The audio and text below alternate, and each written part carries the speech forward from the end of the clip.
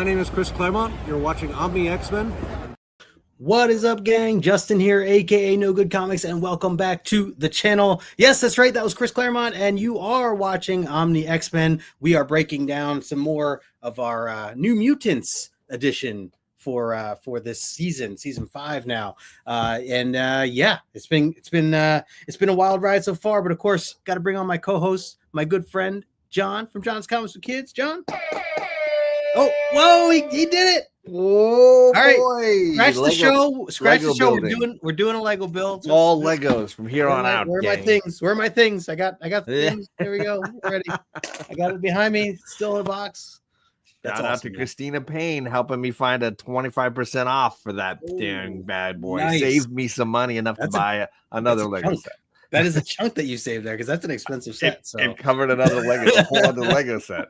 That's amazing, man. Congrats. Well, you're gonna have to I don't know about how you're planning on taking that thing on, but like I know it's not like a single sit down for me. Yeah. you'd have to like fall out for 2 days. I'm scared. I'm scared to start it. Like, yeah, I'm scared of it. I know. Like, I'm happy with it in the box. It's good there. That's how I feel at the moment. My heart's like, it's there. I can, jump to it whenever I want. Scary. It's a little, quite amazing though. Yeah. But yeah, I got it. So at some point, and then I've got the other set I got along with it. So I got two big sets. Amazing. Yes. Hey, we got some New Mutants to talk about tonight. Are you ready, my friend? I mean, after last week, I was a little worried about these issues. So we'll see how we do. We'll see how we do tonight. All right. Well, I'm excited to talk about these. Of course, before we go any further, we have to bring on our special guest and really good friend, Joel the Geek. Joel, with the awesome shirt. Hey, what is happening, Joel? I got a little extra on. 3 Men in a Basement X-Men. What's up, Joel? I'm good. It's glad to be back on the show. Yeah, man. Good to have you back. Wouldn't be a Claremont season without you, man. I appreciate you making the time. And it's great because, like, last show is on one of the characters that's in this. Two of the characters that are in this comic book were on that one, too. It's crazy. Oh. Because the timelines are starting to merge a little bit. Last omnibus and this omnibus. It's coming together. Right? Yes. Well, for those watching, and if you're watching the replay or if you're here live right now, make sure you're subbed up to Joel. I put his information in the description below. Hit him up over on Instagram. Joel, love the stuff that you're always posting, and we appreciate you. Obviously being on the show, supporting, Omni X-Men. You're very much a family member and part of this channel. So we appreciate you, man. And then, one thing we have to highlight, Joel, your background here. Can we just do a quick? What about my background? A quick flex. What's that in the background? What do you got there? Lots of goodies. Lots of goodies. And directly behind him is the graphic novel. There it is. Loving it. You know what? I have that same J on your wall in my hallway. Oh, yeah. The same Marvel J in my hallway. Fancy. And then, of course, reminder to make sure you're subbed up to John from John's Comics with Kids. I put his information in the description below. We're going to be over on John's channel next Tuesday. I know soon breaks are coming up, but not quite yet. So next Tuesday we'll be back on his channel too. I think we're on it back just into 11 and 12, right? You got it. Yep. So just keeping this book going along here. So make sure you're subbed up to him. And then, of course, as a reminder, stick around for after this show, after we break down issues 9 and 10, because we will be doing trivia from last episode, last issue, or last 2 issues. So be ready for that, because you get a chance if you're right. You get your name on the wheel being the prize wheel that we do at the end of the season, which lands around June. And then you have a chance to win some really cool stuff. We're giving away a bunch of things. We're also giving away a commissioned artwork piece from our good friend Rosko from Geek Out with Rosko. He is our featured guest, our featured artist of the season. So make sure you're subbed up to him, following him. I put his information down below. We appreciate you, Rosko. Can't wait to see how the piece comes out. So you have a chance to win that. And so stick around for the trivia. In the meantime, let's say a quick hello to the chat. Let me scroll back up here. Yes. Yeah. Oh, see. Yeah, John, you're right on point with the whole theme. With the whole theme, you're right on point. I mean, the sequel just came out, and we're doing Gladiator kind of stories here. It's kind of like, it's on point. Very true. We got our good friend Matt in the chat. What's going on, Matt? Says, how's everybody doing? Glad I'm able to get back here tonight. We appreciate you, man, jumping in. Joel with the station. Where all my station fellas at around here? I see. Sorry, wrong hand. Yep. We got Adam make stuff up. What is going on, Adam? Hello. We got Jackson Roy Kirk saying X people. What's going on, Roy Kirk? He says, why did the mutant cross the street to get to the other side? Sorry, I'm no Magic Lasso. He's busy elsewhere.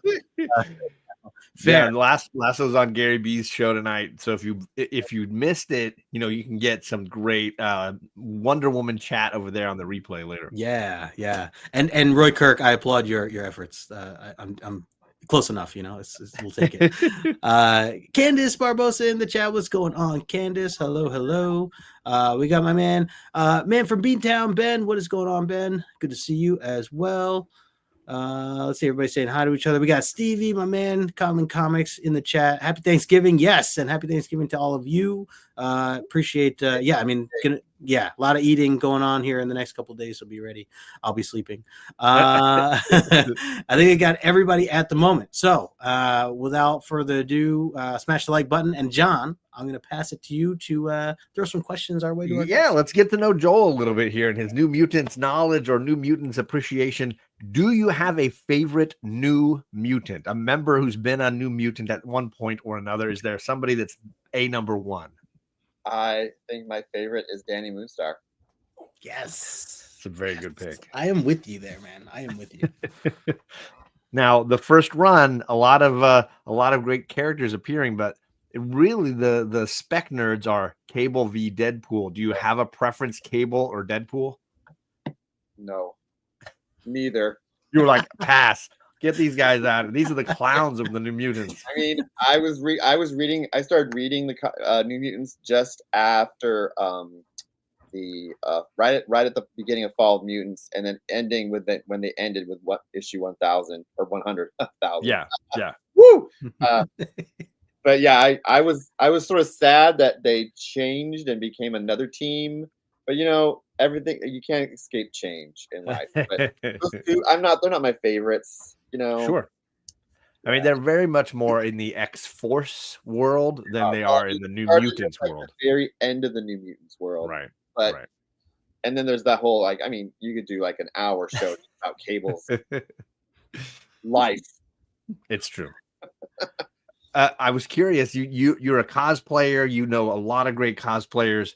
Have you seen any great New Mutants related cosplay? Is there somebody that you're like, oh, this person did a really great something? You know what? I go to this it's only happened twice now. It's called Homo Superior PDX. It's a queer dance party and drag show. And one of the in Portland? Yeah, in Portland.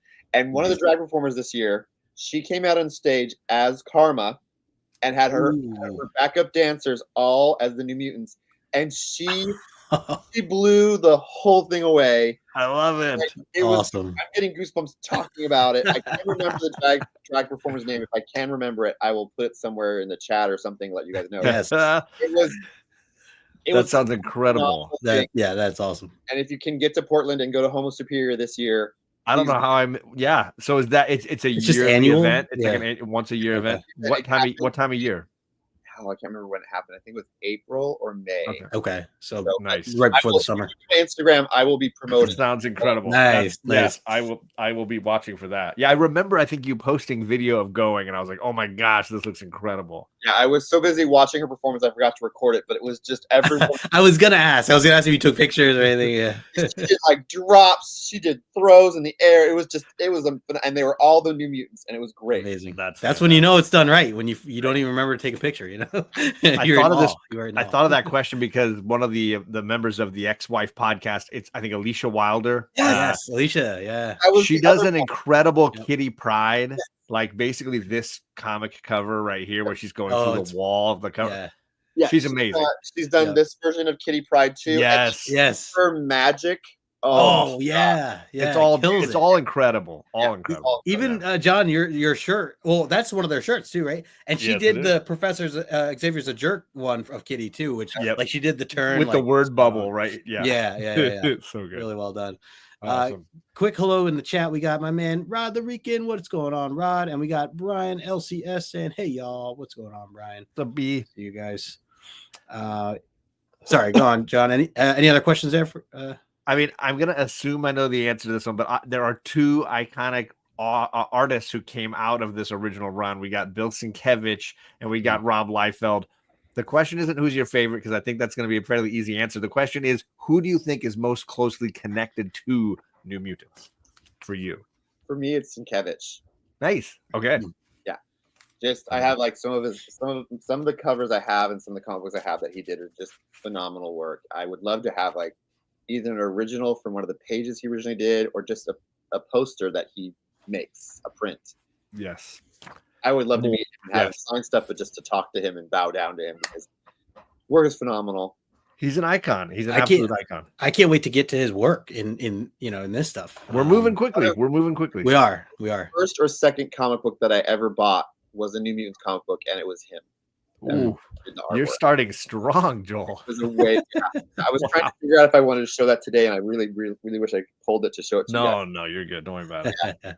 Awesome. Well, that's Joel. As Justin mentioned, his link is down below. You can subscribe to Joel and follow him because you totally should, because he's just fantastic. Yes, 100% agree. Quick hello. We got my good friend Kate in the chat from Kate's Comments. What's going on, Kate? Good to see you.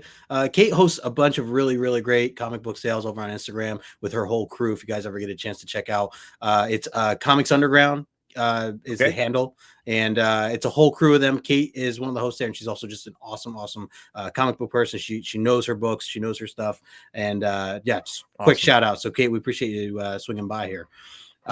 Joel, I had one more question for you before we go on. For the New Mutant stuff, when did or like have you read this entire run at some point? I have read most of it. Like I said earlier, we were on the screen. I don't have all of the earlier stuff, but I have from where I started off, which was just before the Fall of the Mutants. So I got you mentioned Fall. Okay. Going up to issue 100. Okay. Which I don't know Fall Mutants, so I didn't know. Yeah, I don't know what number that is. But. I think it's in the 50s issue. Oh, okay. We're a good ways away. Okay. It won't be this season. It won't be this season. Yeah. Okay. Okay. So this stuff here is kind of like a new time for you to reread through these. Yeah, like I said, I've gotten a few of these issues from the beginning of it, but I decided not to get too many of them because I'd rather get an omnibus. Right. So I just need to get that in my hands. Nice. Hope it happens. Because I'm already trying too much to try and fill in the missing books for my Wonder Woman run. I don't have time to fill in the New Mutants or the space, right? I'm talking about 88 comic books I need to fill in.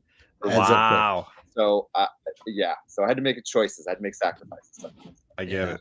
I don't understand. What is this choices thing you talk of this week?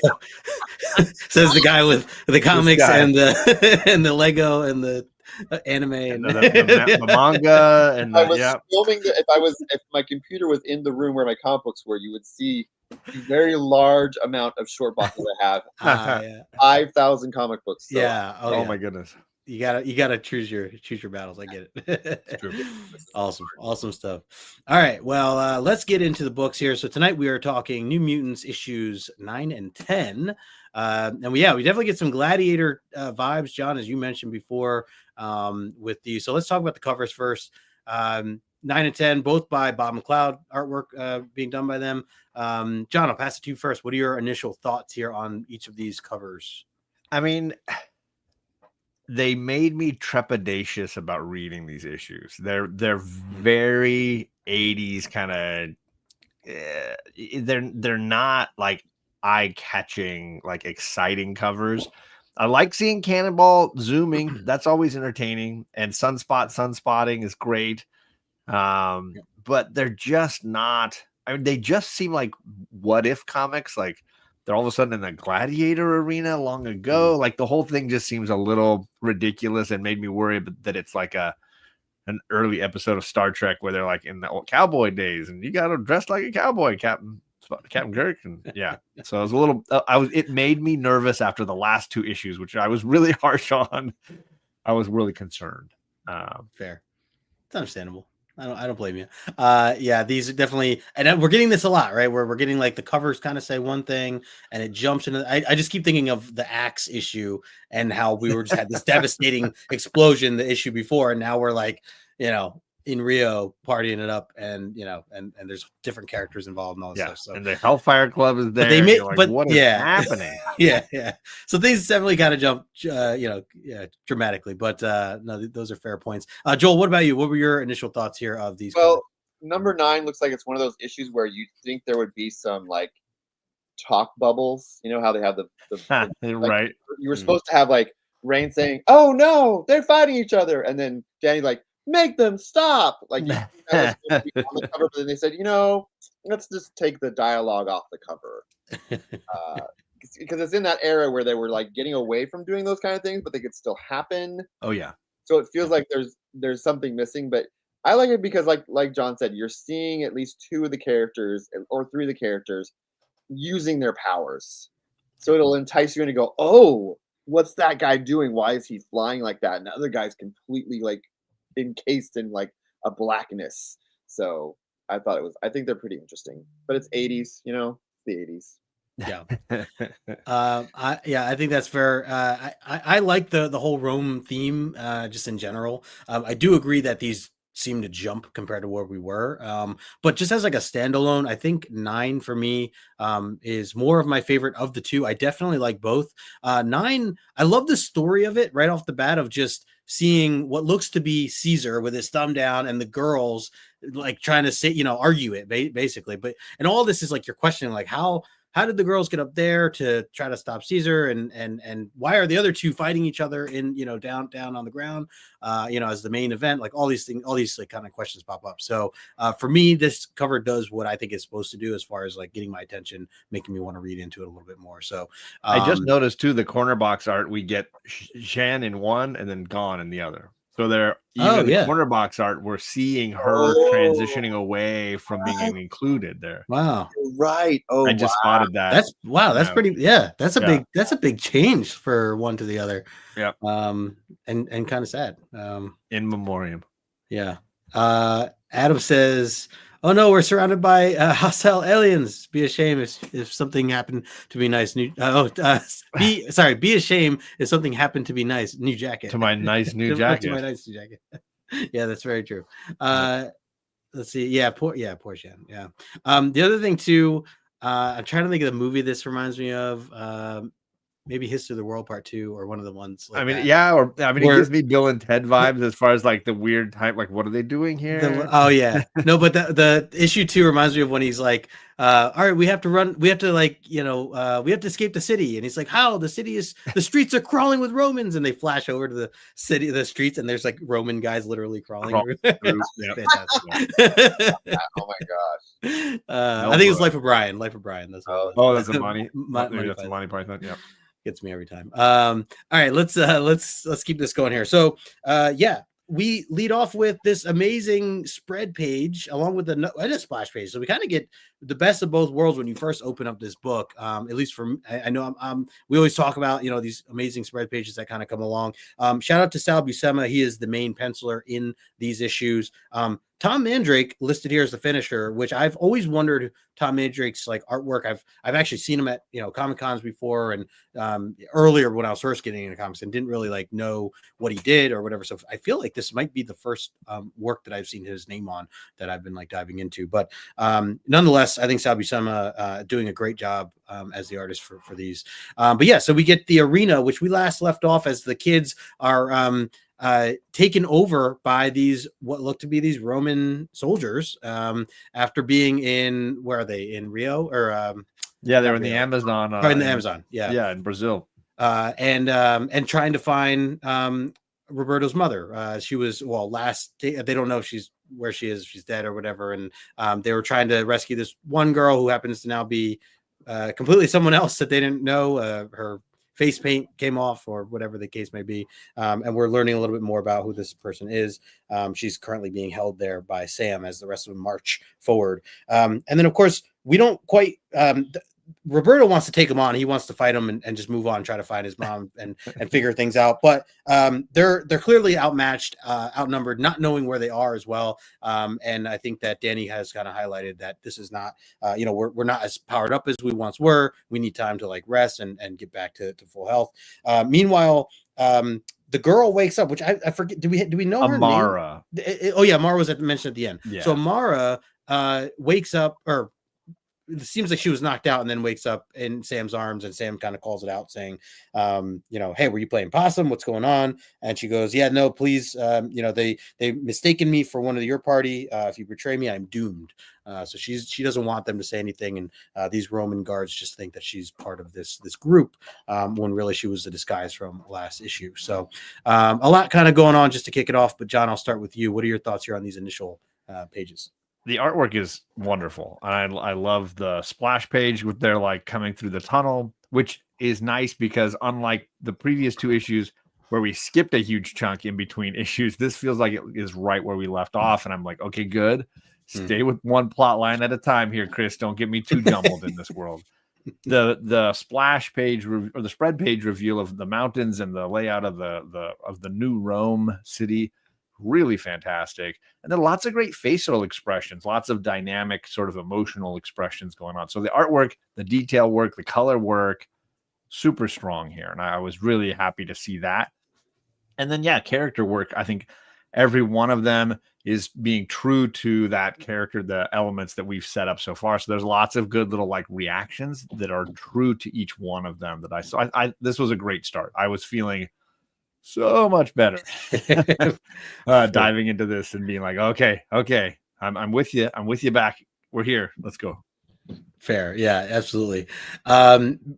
Before I pass to you, Joel, quick hello to 62 Lefty Blues in the chat. Says, I don't think you guys get enough X-Men. Yeah, I agree. We can never get enough.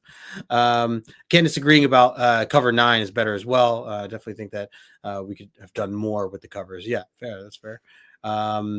And her wig came off apparently. Yeah. Oh yeah. She totally changed. Yeah. And I thought that I see. Oh, and Bobby in the chat station. My good friend Bobby. What's going on, my friend? And Roker says, Sam, wait, what? You could have been walking? Yeah, this whole time she's just being carried. Joel, what are your thoughts on these opening scenes? Well, I like Candace's comment. I was going to say the same thing. The arena font definitely gives me Masters of the Universe vibes. I totally agree. Yeah.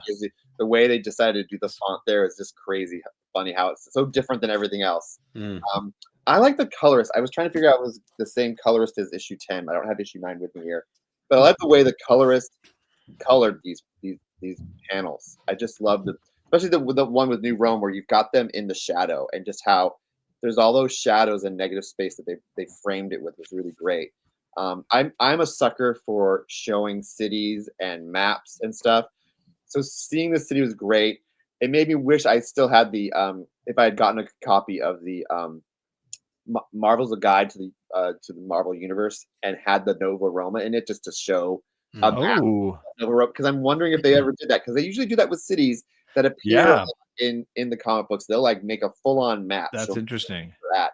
And that would have been fun to see, like to show like where's Gallo's house compared to the other guy's house and everything, and then the arena. But I think it's really interesting. The thing that like sort of jumps out to me the most about these three panels is the fact that Reign's the only one in her New Mutants uniform. Like, everyone else they're wearing regular clothes that have been disheveled and destroyed, and she's like in a like completely clean, nice looking outfit that's not destroyed, but still like off-putting from the rest of their outfits. It's just the funniest thing. Like, it's fair. Still got her New Mutants out. It's a good point. The one thing I would think for that specifically with her is that I know her suit is a little different than theirs, in that when she changes, it certainly changes and does some magic type of things. Yeah, and I'm like, well, maybe during all the dirty parts, she was not. She was transformed, and then, then there's also just her culture that she comes from, and being raised in this belief that showing your skin and being anything that would be seen as sexual, even if it isn't. Because she was also the youngest member of the team. Like, that's true. Probably got a lot of shame about her body as it is. So probably wearing that makes her feel safe. But still, it's just sort of kind of like, what? Like her? yeah. Everyone else beaten and battered. Yeah. The colorist on both of these issues is Glennis Ween. So she did both of the issues. Nice. Great work on the coloring. I love it. Just great work. Yep. Very nice. Adam, Centurion, throw him on the floor. Just quoting that movie. It's so great. Kenneth says her fur protected the costume. Yeah, that's I'm kind of thinking. Let's go with that headcanon. Yeah. I like it. Headcanon. Right? Roykirk says, so we have New Roman and the Savage Lands hidden by clouds. I wonder how many of the hidden cities and locals are out there. Yeah, that's a whole nother live show. Yeah. Yep. We'll get into right now. For 4 hours. 4 hours with all the hidden cities and places just within the X-Men part of the Marvel universe. Yeah. Bobby says, New Rome, make New Rome again. All the characters is going for that. Right, Kirk. Only costume is made of the fantastic unstoppable molecules that appear in this molecules. Yeah. That's right. Good old unstable molecules. Yep. Only you can buy those at Joann's, not Michael's. Only available at Joann's. Use the coupons too. Joanne's got some great coupons. Got to have a coupon. Got to have the app. Yeah. I know these things. All right, we got moving forward. We have the team be thrown into a prison cell after being brought all the way from these guards. Immediately you get some reactions from Rain. Can't stand the smell. She's always like reacting, and again, it's a cool way to just as a reminder, like, oh yeah, she has like these powers that are a bit more over the top than everybody else, and she's young where she doesn't might not be able to control it the way that like Logan would necessarily control it. So I think it's very accurate to like see her react this way. And the rest of them are kind of arguing with what's going on. Meanwhile, we do get like the full introduction of Amara, Juliana, Olivia, Aquila. Or Aquila, I guess it would be Aquila. And she mentions that her father is Lucius. Now I'm just pointing these names out. They are in bold, and something for myself, I need to make sure that when I read these, and have new names introduced, I gotta like say them like 20 times, or else if I skim through it and I just get those names once, later in the book, I get so confused, and that's kind of what happened to me this time around, because I'm like, wait, that is like fantasy writers and sci-fi writer books where they have parentheses or hyphens within a name, and you're like, what does that mean? And then you find out it's John. Yeah. It's like something so just spelled it in a weird way. Right. Yeah. Like those letters don't mix well together. How could those letters be? Yeah. So definitely pay attention to these names as we kind of talk about them. So Amara, obviously someone who we had met, but her father, Lucius Aquila are kind of some of the highlights, and she talks about how he is the first senator for what they're calling Nova Roma, as this place that they're in right now.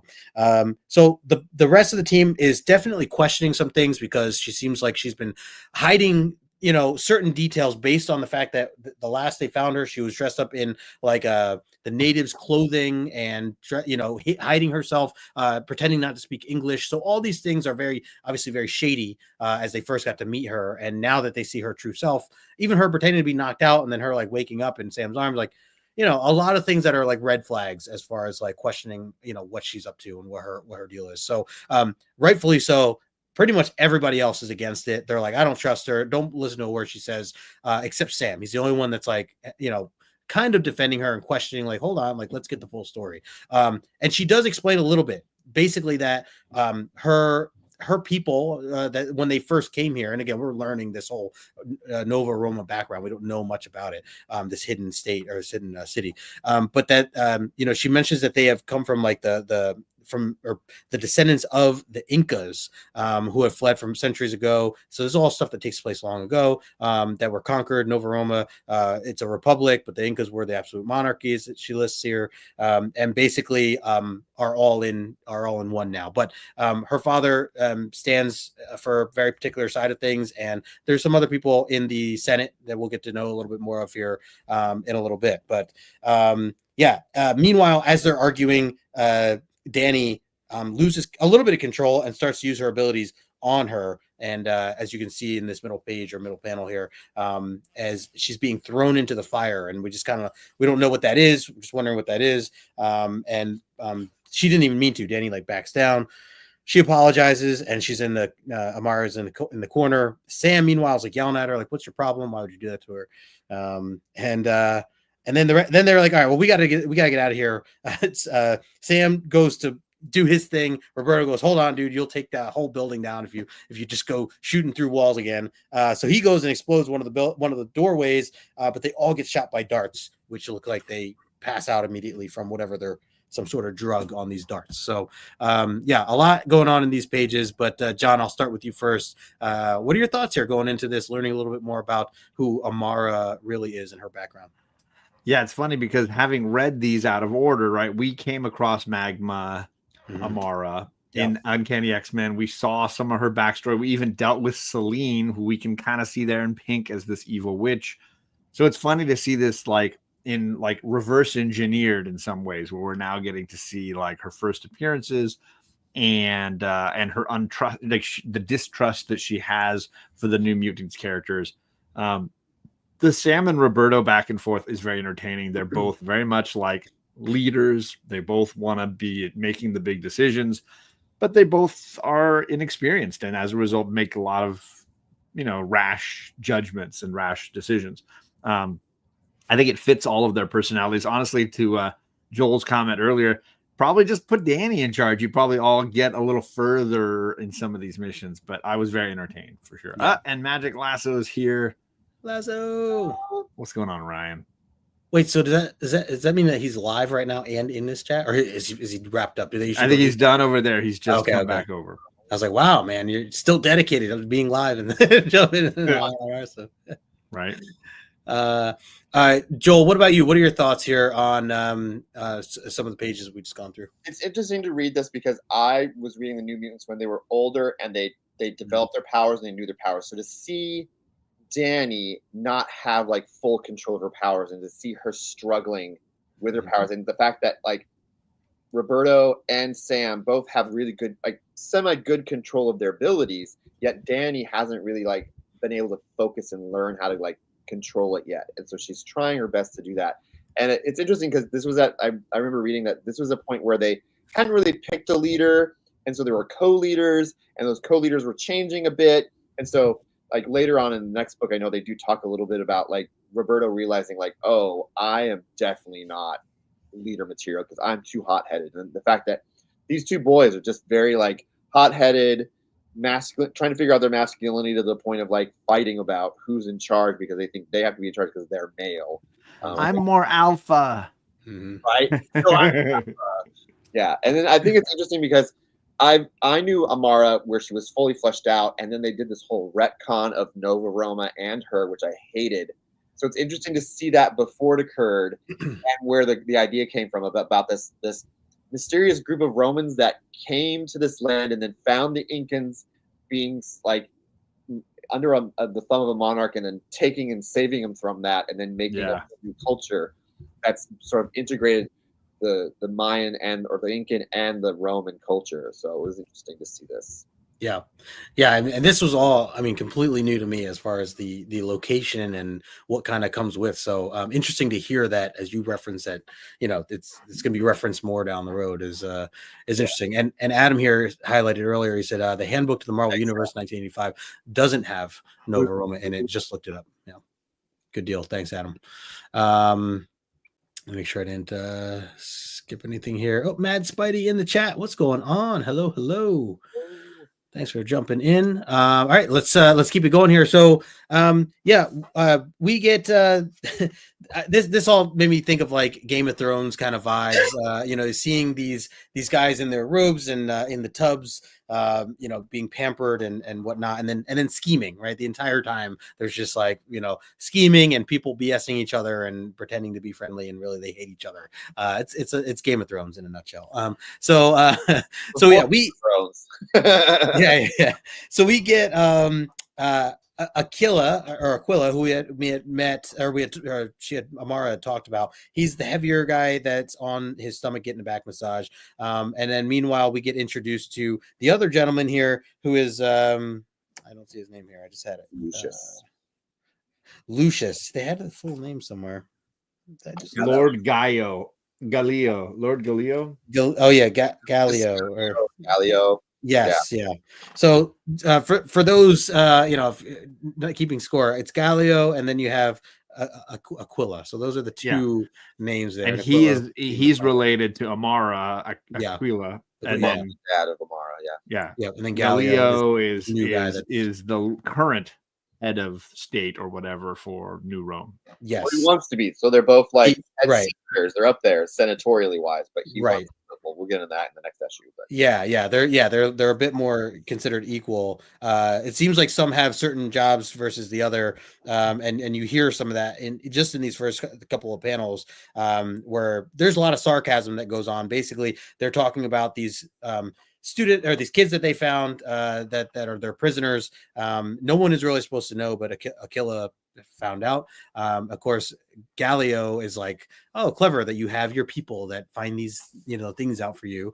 And yes, we do have them. And already Galileo's mind is, I want to use these mutants, or these people with powers, and create an army with them. That's like his immediate thought to planning all this stuff. And meanwhile, he has to work around what Aquila is saying, where he's basically like, hey, you're going to stick by the law, right? You're going to do with the law that we created, that they have to go through proper civil, or whatever laws they made, and so that he's referencing or suggesting is the law being specific to the boys have to go into the arena and fight to the death, and whoever survives basically becomes a slave. Meanwhile, the women all instantly become slaves who get sold into slavery, basically. So that's their current style or law. And but meanwhile, like I said, I'm gonna keep messing these two up. But yeah, not a killer. The other guy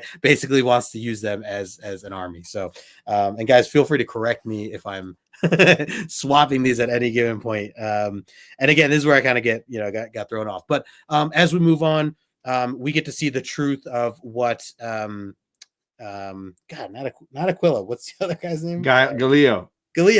Well, Galileo is how he really feels. He's demanding wine. He's frustrated. He's throwing the wine. And then Celine comes into play, and she's trying to calm him down and says, why don't we just, kill the guy? He's like, I can't stand this guy. He goes, no. He's like, I'm going to do it properly. I'm going to get things done my way, win the Senate, take full control over Rome, and and basically he wants to conquer. That's like his mindset, and he thinks that the New Mutants are his potential tool to do that, because there was rumors of what they can already do from what his men had seen. So he doesn't want to use Celine and her black arts or her dark magic that he refers to, but she says, okay, well, in the meantime, I got some other ideas. She brings him down to this hidden doorway and reveals it with her powers, and it happens to be the guy Castro, who we had met in the previous episodes or issues. And he's currently technically working for Sebastian Shaw and Emmanuel, from what we learned in the issues prior to this. So he's certainly not a good guy by any means.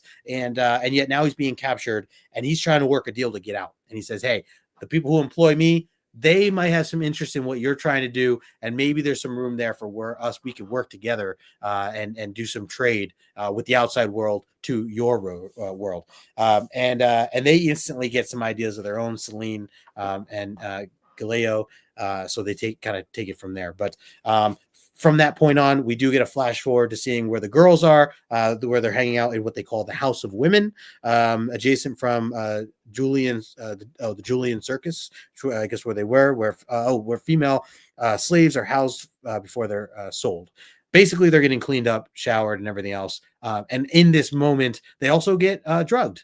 There's actually a lot of drugged moments throughout these books. The darts that we saw earlier, and then, of course, the wine right now, which I'm curious to hear your guys' thoughts on kind of how this goes down. But yeah, essentially, the girls get drugged, and then that leaves them to their plan. The people that are at Rome are basically planning to get them so drugged up that when they do bring them to the battle between the boys, they're just so drugged that they're going to be cheering with everybody else, and they're not going to care. It's their friends in the arena. So meanwhile, Amara, for whatever reason, it doesn't really affect her as much, or she didn't drink as much of the wine, so she's not as drugged up, and she tries to escape. She realizes what's going on when she overhears their plan, and she tries to wake the girls up, but the girls are not having it. They want nothing to do with it, and so she goes stumbling on her own, but then starts having these like hot flashes, and she keeps saying, I suddenly feel so hot, I'm on fire inside.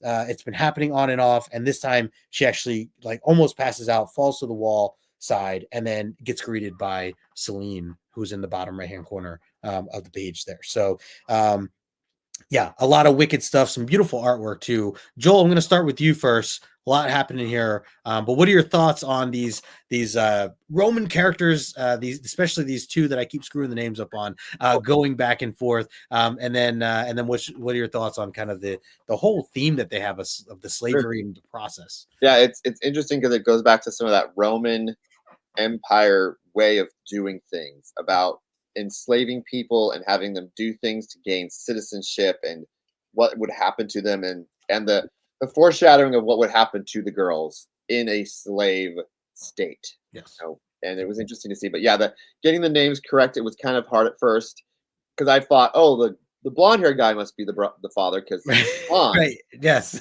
Oh no, wait, the other guy's her father. Okay. Yep. Okay. And the introduction of Celine, like this is I think this is her first appearance Yep. in the comic book outside of X-Men. I think, I don't know for sure if she. You're right.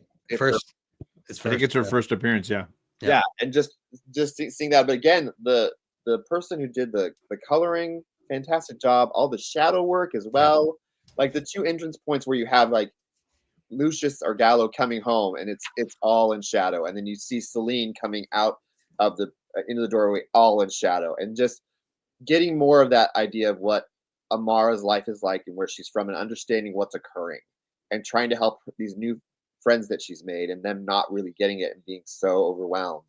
It's very much teens in a traumatic like world, and what happens to them when they don't understand. Yeah. So again, as usual, that's one of the things I've always come to say about the New Mutants is it's a story about people being traumatized and then having to process that trauma. Yeah. That's a great way to put it. You're absolutely right. Quick hello, by the way. We have our man Jedi Knight in the chat. What's going on, chat? Hello. And yes, Candace, lots of drugs and hot flashes here for sure. Yes. All around. John, what are your thoughts here on the scheming that's going on with Celine and her hubby? Yeah, it's very HBO, right?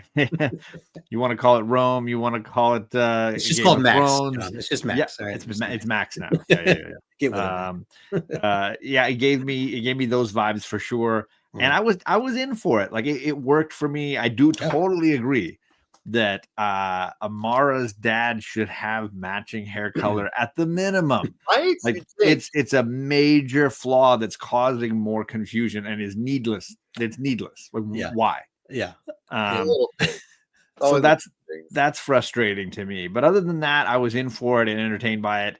And it's nice to see how the heroes are getting manipulated by this scenario, and kind of how they're being twisted by the drugs, sure, but then the various schemers and how their plots are interacting. It's kind of nice to see how our characters are kind of caught in the web. So I thought that was cool.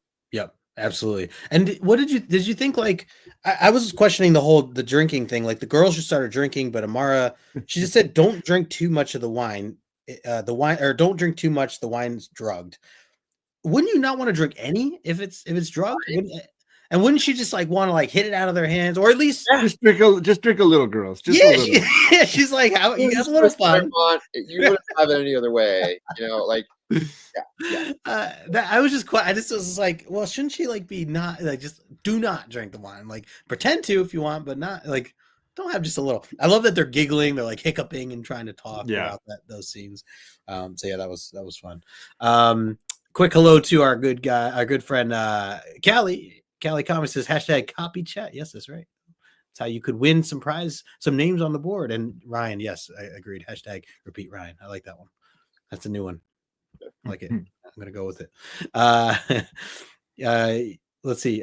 Bobby says peer pressure is a FOMO. I mean, that's true. All right, let's keep it going here. So yeah, we then flash over to where the boys are at because they're getting ready to go into the arena for the first time. So they're there in their Angels type of, you know, diaper kind of vibes from Angel back last season when we talked about him. And they're all tied up here, getting ready, and then even they are getting drugged because of what they're about to get into. And I know the one guy that's kind of prepping them for battle basically says, hey, you know, you get drugged so that you don't feel anything, and then on top of that, you're gonna get drugged for this like berserker rage that is gonna come out of nowhere, so that you're just gonna fight to the death. Either you're either gonna die or you're gonna be the only winners, and you'll, you know, be loved by Rome, but you'll be slaves basically. So it's really not a good deal either way. But regardless, the boys are getting drugged, and they're like, you know, especially Sam, they're concerned, like, hey, like, you know, we know what we got, but like whoever we're going against, we could kill him. Like this could be really dangerous, really bad. And Roberto's like, speak for yourself, Sam. I'm gonna kill whoever I have to kill to get going through all this stuff.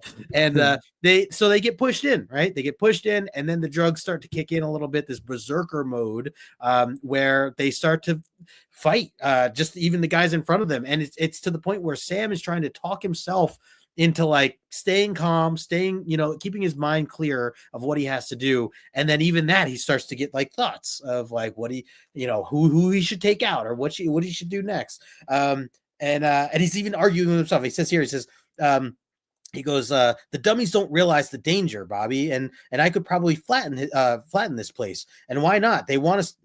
So then he says, and why not? They want to make us slaves. And he goes, no, I mustn't think that way. It's so hard.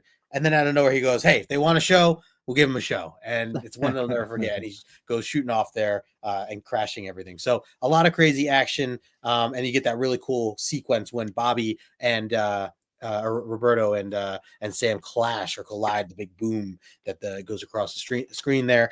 Meanwhile, the girls are at first, yes, they were cheering. They're drugged still. They don't kind of know where they're at, or they're, you know, mesmerized in this. And Rain is like reacting in a way. She's rooting for Sam. I found this very interesting. She's rooting for Sam specifically out of the two, and she's saying, "Kill him, my love, kill him." And when Roberto kind of shifts gears and puts Sam in a hold where he's almost going to die, she freaks out and says, no, I must save him, and actually jumps into the arena, and her transforming sets Danny's mind off to like wake up from what she's realizing's happening. So she kind of snaps out of it. And then after she snaps out of it, she goes and uses her abilities, thinking of ways, how can I snap the guys that are out in the arena right now out of it? And of course, what better way than the theme of the whole season, right, John, is Professor X's bobblehead stirring everything up and coming out of nowhere and scaring the crap out of these students here. Yeah. So of course she does this, and they all freak out, and they immediately remember where they are and who they are. So they stop the battle, and right when basically the rest of Rome freaks out, and the one guy shouts that they're priestess demons, and they're all fakes, and kill them and all this stuff, and they have these arrows waiting to shoot them. The main guy, Galileo, says, hold on, we need to rejoice. This is a time for positive celebration here, because we have a god on our side here. And he reveals or explains his theory of Caesar being the descendant, and the she-wolf from Romulus and Remus, gods from years ago, all tie into the description of what they thought they would one day have as a god. And they're talking about Rain because of how her abilities and she came out. So instead of killing anybody, he flips this over and basically says, hey, these are gods that we're dealing with, and she is the one. She is like the one that we've always thought would come back to us from our ancient days. So the flip kind of flips on everything. So and that's how this issue ends, as the end of it, before we get into issue 10 called Betrayal. So some wild stuff here. John, you're nodding your head here. Where do you want to start on some of this? I mean, the fight is amazing, and there are lots of cool sequences there. Characters coming in and out of, mind control by drug or whatever. Lots of great use of power, lots of great emotion sequences. And to Ryan's comment, 2 up from this one, boom. It looks so cool. The lettering and the coloring on that purple boom is chef's kiss. I flipped that panel and that image, and I was like, that looks awesome. Yep. And this whole bit really worked for me, and I liked this a ton. This is ultimately why I really loved this issue and had a lot of fun with it, was because it really knew what it was trying to be, which is let's throw these kids to the gladiators and see what happens. And it was kind of cool. Yeah, I dug it. Yep, I'm with you there. I wanted to say a quick hello to our good friend, the other Ryan, Colossus Collector in the house. What's going on, Ryan? Good to see you. Joel, where do we start here? Where would you like to jump in on some of the madness? It's kind of funny because I studied a little bit of Roman history, so like I'm like, okay, this is Chris Claremont and his idea of how to get them in the arena.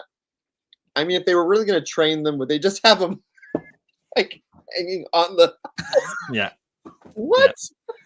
Yeah. It was kind of funny, but it's interesting. It's just a really great like jumping off ending point. I think it's a good cliffhanger for what's happened, and the fact that this one Roman leader Gallo is just like, okay, I need to take back control. This has gotten out of control. Not what I thought was going to happen. I'm going to take back control and get this. And that little mini splash page of them hitting each other and boom, like again, goes back to the colorist. I mean, and Sal is also just a great like penciler. I next to Bill Sienkiewicz, Sal's has been a great job on the comic book too.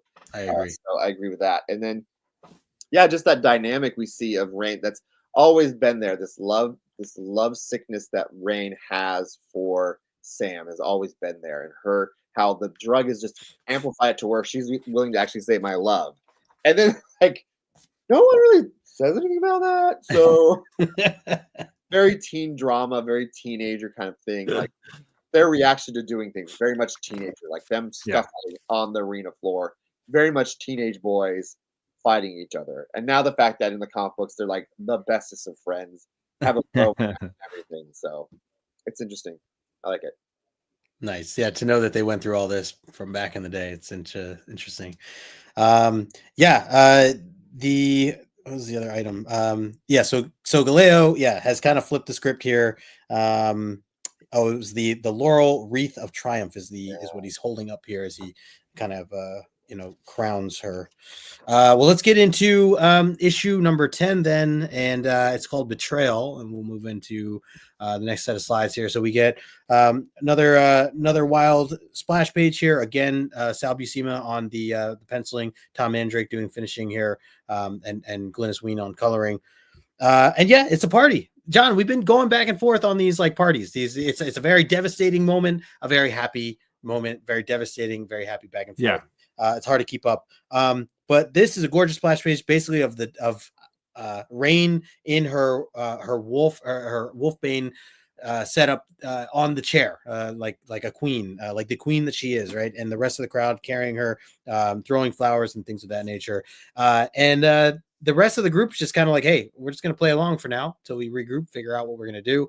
And meanwhile, Galileo is like, he loves himself some Galileo. He is just like, hey, I'm a hero. This is great. People are going to love me. I'm the one to bring back brought the living representation of our most revered deity. The mob loves me. That's what he says. And then this is his way to kind of, he thinks the next steps on taking over the Senate, ending the Republic forever. And then he says I shall be emperor. That's basically his goal, right? As we talked about before, to become emperor and then use these mutants as super soldiers, essentially, to help him with that. Meanwhile, Sam points out quickly, he says, hey, Bobby, look at those two senators, Galileo and the heavier guy. They're giving each other eyes. Seems like they don't like each other. He goes, Roberto's like, so what, Sam? I don't care. Why are you pointing this out to me? I like that they took a moment to actually do that to give us a little more story, but then at the same time, Roberto just shuts it down. Like, dude, like that's so random of you. Like, let's just keep living life. Like, we have to observe that at all. And then, meanwhile, Roberto is a little bit questioning of his own stuff, things that he's been going on, and he's trying to keep it under control. He's kind of giving a fake wave and smiling, but deep down he is very much still angry and sad and worried about his mother and really all the different things that had kind of come along his way, which we will get into a little bit further on in this issue. Meanwhile, they kind of go back behind stage. Galileo just like, giving them the floor, giving them whatever they want and making them meals and dressing them properly. And they're kind of taken back by a lot of this stuff because they've eaten like this. And then on top of that, they have these they're reminded that they're slaves that are catering to them, which certainly makes them feel uncomfortable, kind of throws them off. And Danny just kind of warning everybody, like, we got to be careful. This could get bad. It feels like we're in a good spot right now, but things could easily kind of shift around or switch around. So meanwhile, there are some moments here of back and forth with Galileo kind of explaining himself to the kids and his plans and what was going on with Amara. Amara's dad. Amara gets brought up, and he does mention, he goes, I noticed the resemblance. Sam thinking to himself about the resemblance between the other guy, which again, we don't really see it, but apparently it was there. And he just goes on to kind of explain his side of things. And on top of that, it kind of paints a negative picture for Amara's dad and what, he's the one that's the evil guy that wants to be emperor and all these other things. But Sam, he's kind of reading between the lines. He says, I've seen this before, down in the coal mines, the way those guys talk. Some of those guys are slick talkers, salesmen kind of people who you just can't quite trust. So he kind of has his guard up, which, he should. And then this sequence kind of ends with, you have Rain coming and kind of attacks Sam, saying that Amara is a liar. He was trying to defend Amara, giving a chance to some of that stuff. And they're all like, whoa, like, why is she so angry? Where's this coming from? Kind of threw off the whole group as a whole. But yeah, want to get your guys' thoughts on going into this issue. John, I'll start with you. Where are you at with this whole change up, and their predicament being in a much more positive light? I think that's been kind of the fun of this story, is out of the frying pan into the fire, and like, one problem to the next kind of a thing. I do like that we're sticking with the Rome storyline. We're just seeing it from now the heights of wealth and privilege versus, obviously they were slaves in the beginning. Yep. Candace asked a question about Celine. Her first appearances were in these books. However, she did appear in Uncanny in the volumes that we read. So there were crossover issues where you saw her and some of these characters, specifically Amara and Danny, I think, appeared in some of the stuff from the last omnibus. So this just precedes that stuff. This is earlier. I do like the way that we have these two villains, as it were, manipulating the politics of Rome, New Rome, and our characters sort of caught in between, some trusting one, some trusting the other, really not knowing who to trust, because this is a very new experience and a new environment for them. So I dig a lot of that stuff. Yeah.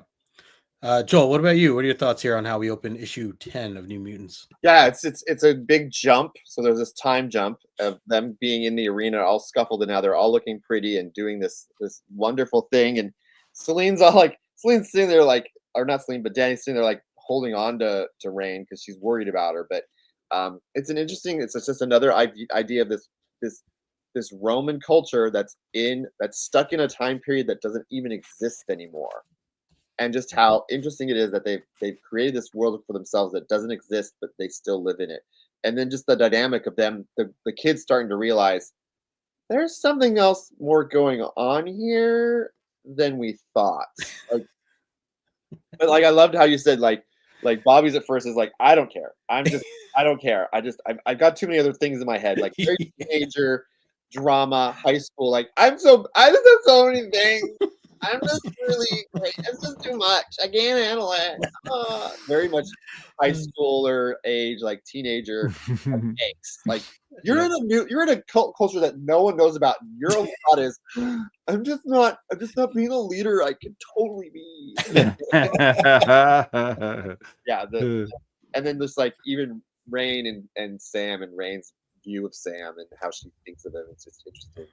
So yeah, it's a definitely different kinds of things going on. This whole like who's going to be in charge of this world, this country, and also then the kids being teenagers, just teenagers. Oh yeah, a lot of feelings going on right now. Oh yeah, big feelings. Going back to Candace's point, I did look it up. Yes, issue 9 was her official first appearance, and then the books you guys already went through in the Omni took place after this comic book. So the timeline wise, this came first, and then everything you guys did in that last Omni after this. If that helps everyone else. Absolutely. Well, let's keep it going here. we once the team kind of gets some alone time after Galileo goes to bed, immediately Sunspot, I mean, you could just change or whatever, but he uses his power and blows everything up. He's got to show off a little bit. And he's like, it feels. I'm just gonna take this off. Yeah.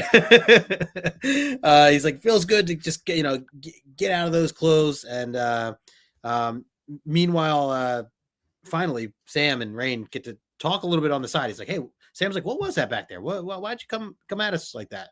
And Rain, she's clearly, I think she's a little jealous, questioning why Sam was sticking up for Amara and kind of highlighting her. And she's even saying, she's like, yeah, you're mucking up your judgment. Mr. High and Mighty Guthrie, giving him attitude. He is highlighting though. Sam is pointing out, he's like, look, these are all strangers to us. We don't know. Like he's very logical. He's just like, we don't know who's who. So we can't just assume that, all the intentions are either automatically good or bad from any of these people's actions, including Amara's and what she was kind of hiding, or this guy Galileo. And even though he's giving us all this stuff, like, we got to slow down and kind of figure out what's going on. I love that he does still seem to be in Amara's camp. Yeah. Like it feels very much like, hey, you guys, we got to think about this logically. And her hair smelled great when I was carrying her earlier. And that really the rest of this. You guys need to like go to the place of logic, but that ass though. I'm going to a place of logic. What? No. It just felt like Sam was like, logic for thee, but not for me. That ass though. That is accurate. No, you're not. You are not. Sorry, I like Sam. I love you some Guthrie, but this might be a moment where I'm not saying he's wrong. He just might be right for the wrong reasons. Yeah. Quick hello to Black Spiders in the chat. What's going on, Black Spiders? Says New Mutants is one of the first series I collected. This is try to get everyone. That's awesome. This is a great. I mean, from what I've been reading, it's been a lot of fun reading it. So it's cool to hear that you this was the first for you to collect. So from here, so they're yelling at each other. I love that Sam even points out and says, mind your elders, girl. You hear me? And she goes, I'll do no such thing when those elders act like babies. Ooh. I don't think that sentence ever works. Telling someone mind your elders. I don't know that it ever really plays. Calm down. It's like right. Calm down. Like, yeah. It's just always going to do the opposite, no matter what. You're always going to enrage the opposite. Meanwhile, Roberto walks off. He's like, all right, you guys do your fighting, do your thing. But you're right, Joel. Like, there's a lot on his mind, and it's some, to be fair, some pretty devastating stuff over a very short period of time in these, less than 10 issues that we've read so far for Roberto. The guy lost his girlfriend, who literally died, right? Then Shan, who, as of now, we think is also dead. A very, a good friend who's just gotten to know and is a teammate. Devastating. Gone, missing, potentially dead. Professor X prefer that they think she's dead. And then his mom is taken, potentially dead as well. Like, has no idea. I mean, that alone for me would draw the line. Like, I wouldn't be able to do anything. So I really can't imagine like how he's able to just do this. I think if anything, it helps that he's so young for him to just kind of keep going in a way. I don't know, or maybe with all the events happening, he doesn't have the time to process or grieve in the way that one would. But either way, this is his kind of moment to take. And he's very frustrated. He goes, what good am I? A cursed power if I can't even use it to help those who I care for? He's putting a lot of this on himself, blaming himself for this stuff. Then he looks out the window and he sees what looks to be, a red-haired woman, looks like his mom, who looks to be in like handcuffs or something, being taken by these other women. He goes, is she my mother? Dear Lord. He runs down the stairs and then he's greeted by a bunch of guards with spears who says, whoa, boy, like, can't go any further. This is for your own good. They're kind of they're trying to make it that they're not threatening him, but they're just like, kid, like, you got to be safe. Galileo doesn't want you out and about. People, might do something to you. Trust us. You got to back off. Meanwhile, at first, Roberto's like, dude, I could destroy your whole life right now. If I wanted to. He starts to like, use his power. And then he immediately backs off when he starts to think about Professor X. And he's like, no. Professor X is telling me I got to be cool. He doesn't want to, we shouldn't use our power just to gain for our personal selves or hurt other people. It's only for protecting. So he backs away, and then immediately at that last panel at the bottom right, the guard is just like, as Roberto says, it won't happen again. The guard is just sweating bullets at this point. He's like, "Oh, thank Jupiter for that." Like, he's like so damn. I just love that they threw that little moment in. Joel, I'm going to start with you. What are your thoughts here, going through seeing Roberto the way he is and how he's handling it, and then questioning potentially seeing his mom? Yeah, I liked actually that set of panels going back to what's happened to him, giving us an idea of why he's acting the way he is, why he's thinking the way he is, that trauma that he's experienced already, and to feel like things are never going to get better. It's just horrible. It's awful. But to think this woman might be his mother makes him feel like a sense of like hope that he has something he can connect to, hope that he can get to someone who he loves. Because right now, like the people he's with, his friends, just not feeling from him. Not feeling it from him at all, and he needs that space. But going back to that page where Sam's talking down to Rain, because he's an elder. I mean, very much high school thing. I'm a senior. You're a freshman. Don't tell me what to do. I know more than you. Yeah, you're 2 years older than her. Like, big elder power. Yeah, sure. It's so true. It's so accurate too, because like, just thinking back at like the high school days of like freshman Friday and all these like things that kids that are literally a year or 2 or 3 years older than. But I do like what Jackson says in the comments, like what do I care what Professor X thinks? He's a jerk. Like, he's a freaking jerk. I don't care. Yeah, I feel like Roberto's definitely thrown out the like I don't care moment a lot in this issue, and then for once he actually cares, and it's about Professor X's opinion that he's not even there. Yeah, a little backwards. John, anything to add in some of these pages as we went through?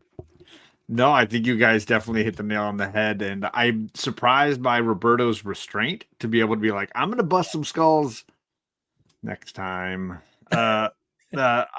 I also, he sees the only plot point in this whole thing that frustrates me is he sees that his mom might still be alive and then never follows through on getting more information about it. Yeah. It's kind of, even later, he's like, my mom just died, although maybe I saw her in the street. I don't remember. It seemed like, dude, you just saw it. Like, gee, just shout, hey, mom. I don't know, something. Right. Doesn't seem to be a lot of redheads wandering around this city. Yeah. Bobby, respect your elders. That's right. So I'm gonna start using that. I'm gonna try that at work. Yeah, go ahead. Yeah, see how that works. See how that works out. All right, let's keep it going here. So we kind of shift gears into the nighttime, and the side entrance is kind of highlighted here, where Danny seems to be trying to get out. She sees that there's these 2 guards here. She's like, oh, let me use my abilities, she's getting really good, by the way, at like not just doing the scary thing or showing their evilness, but now showing the desires or the things, the dreams, the positive that someone might do. Sexy side of mind manipulation. Yes. Yeah. In this case, we have a couple of ladies that show up, and I love, sticking to that pink theme that we're always getting now ever since Shan for her mind powers and things like that. So getting that, and these 2 doofuses of guards are like, by the gods, are they real? Am I dreaming? Who cares? The other one says. And she's able to kind of sneak off. She says kind of feels kind of lousy for fooling them. But my spirit forms did the trick, and I'm outside. She said, I'm Indian and dressed in these clothes. No one should look twice at me in the city that's half Inca. It's interesting, just kind of bring us back to that. And then you just see this hand kind of come through and swipe her, take her away, with her not even be able to shout or say anything. Meanwhile, a little bit later, you see Rain sitting in the window. She's bummed, she's upset, and Roberto comes over to kind of talk things out with her, and obviously she's not feeling well with how she had reacted to Sam, regretting the things she said, but also fearing that she meant the things that she said at the same time. And so they kind of talk things out. And where did that leave off? Roberto. She's also questioning, like, her being human form versus going back to her wolf form, and questioning some of that. And meanwhile, before she can even really get the rest of the thought out, Roberto notices in the background the curtain moving. Turns out to be a gun. The gun shoots off and shoots Roberto. Roberto barely dodges it and nicks like his shoulder. Sam wakes up, sees that he's falling out the window. Sam immediately loses his powers, which we highlighted last time. I think it's still very cool that this is like a full-on power that Sam's gotten really good at now, especially since he can do like turns like he couldn't earlier. She goes out the window, catches him and shoots it right back up and brings him back to the room. Meanwhile, he's like, oh no, like when he's down there grabbing or saving Sam, he's like, oh, I left Rain up there with the killer, whoever this killer is. And meanwhile, we flash forward and Rain is completely got it under control in her Wolfbane, change up and tackles who we now discover is Castro. Freaking Piranha Man just will not leave it alone. And this guy, he was slapping him around and then drugging people on the boat and trying to get piranhas to eat people. And now he's popping a cap in New Rome. Yeah, I mean, he was even in jail, and now he's like out of jail. We don't know what the scheming is, but maybe we do, because we see a little bit of finger pointing going on, and it's Galileo, who we know had met with Castro last issue. He seems to be putting on an act, saying like, "Hey, you came to kill these scared children. Who sent you? Save your breath, pig. You'll learn nothing from me." He spits in Galileo's face. So clearly it's like, wait, are they not working together? They were just meeting? Now they're not. Turns out that this is like kind of all set up, because he right afterwards drops the name Lucius Aquila, saying that he goes, I'll talk. Fine. I'll talk. It's him. He sent me. And we're just, as a reader, you're just like, well, you never met with Lucius before. How would he have sent you? But you were working with Galileo. Shenanigans. Yeah, a lot of things kind of happen, and you start to question. So now they have him. They arrest him. Galileo using his power and trying to show protection to the New Mutants and handling Castro. Joel, what are your thoughts here on what's going on? There's a lot to say here. I think it's interesting that when Roberto a few panels earlier tried to leave, he was kept from leaving, but yet there's two afraid. Even though they're afraid of his power, they keep him from going. But yet she's able to like use her power, and she's not the best at her power. She's able to get the upper hand in this situation. It was really great, except for being kidnapped. Right. But yeah, it's an interesting development that they're still trying to like connect and stay together as a team, as friends, and be there to support each other, even though they have these rough patches as teenagers do. But it was interesting to bring back that little plot line that they started to talk about last issue, which is very much Claremont. He'll start little plot points, and you won't see it for issues. Yeah. And then it pops up. So like having it pop up here is really interesting. And then just their ability to his ability to keep that plot there in the background waiting to boil and pop up was great, I think. Yeah, the seeds that he continues to plant, right? He's good at planting seeds. Yeah. John pointing out the whole piranha thing from Castro that we have seen now, multiple issues back, and he's still causing trouble, this guy. So scumbag, man. He just won't die. Yeah. Quick hello to our good friend Inja Binja. What's going on, Inja? Good to see you. Hopefully you and Sheena doing well. John, anything else to add here? No, I love the way the team springs into action to help Roberto. I love his quick reaction to kind of push a Rain out of the way of the bullet, and then of course Sam rescuing him, Rain being like, "Don't you shoot my man!" and just like mauling the curtain on top of the attacker. All great stuff.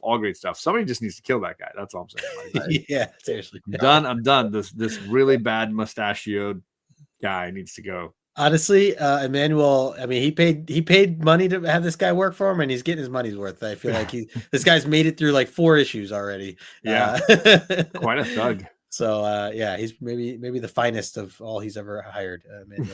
All right, let's keep it going here. So of course, it wouldn't be New Mutants without a bikini scene of some sort with Danny. I feel like we're getting these almost every issue now, John. I know we had highlighted it in the very beginning, but it seems that they are continuing to do this as a theme. But she is waking up finally from her, being captured and not knowing quite where she is, but she is changed.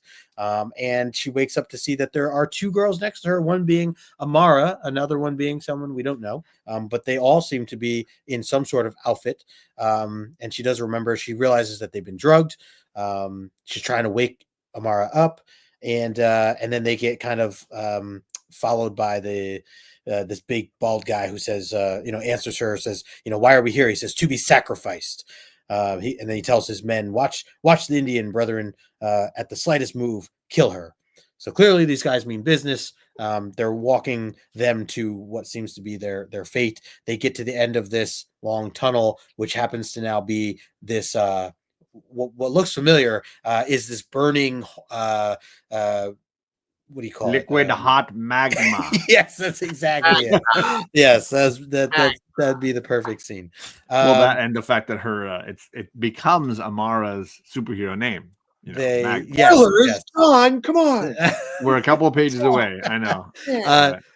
Here it is. I was looking for the name. It's actually called the Cult of Fire as the official name, and it is a group of people waving their hands. They got fire in their hands. And I assume there's some cool like music. They just don't care. I assume there's like some Survivor music, like from the show, like Miley Cyrus, something like that, or that. Your torch has been extinguished. Yes, now jump in the hot magma. Yeah, that's what Jeff Probst is coming out of nowhere. I'm sure. I was waiting for him to step out. He looks great in that purple robe. Is that him? I don't know. That's way more than I thought he would be. So yeah, we get Celine coming back. She goes, I am Celine, daughter of the moon, mistress of the fire. Come, children, give yourselves to me. And basically is like, hey, you guys are all in line to throw yourselves in the hot liquid magma, and I'm going to get stronger, And for anybody who was reading these books at the time that they were coming out, I mean, this is all brand new. We don't know how Celine works. We don't understand her powers. I still don't understand her powers. Well, that's fair. Yeah, that's fair. We have many more years before we even come to that. It's only many more years of confusion. So, yeah. Also glamour, because she does know how to wear an outfit. Yeah. So yeah, she basically commands this one girl to jump in. She goes, I do you the supreme honor, girl, for with your death you give me life, and throws her in. This is the one girl we don't know who it is. And she goes diving in. A red shirt. I'm just thinking she's a red shirt. Yeah. And she goes, I am after all a goddess who has walked the earth since before the dawn of history. I saw somewhere like it could be like 17,000 years or whatever. So she still doesn't need a bra. Look at her. She's amazing. She's DB, that hair. She knows how to make it work. The deepest of V's. Got it all.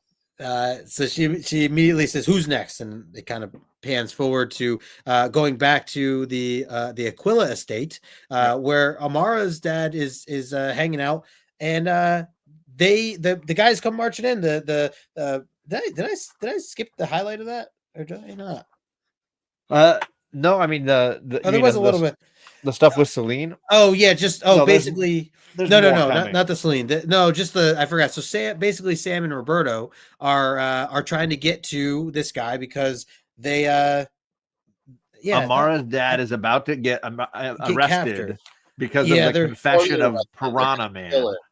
Yeah, there was a scene. So the bad guys are gonna go. They're just gonna kill him. They don't want to capture him and have him speak the truth. Yeah. Our characters are like, well, we want the truth more than anything else, so we're gonna get there first to make sure they bring him in alive. Yeah, which I love this part. Yeah. I thought it was on another page or earlier. No, I think it's right here. It's not there that you forgot where they both realized. Wait a minute.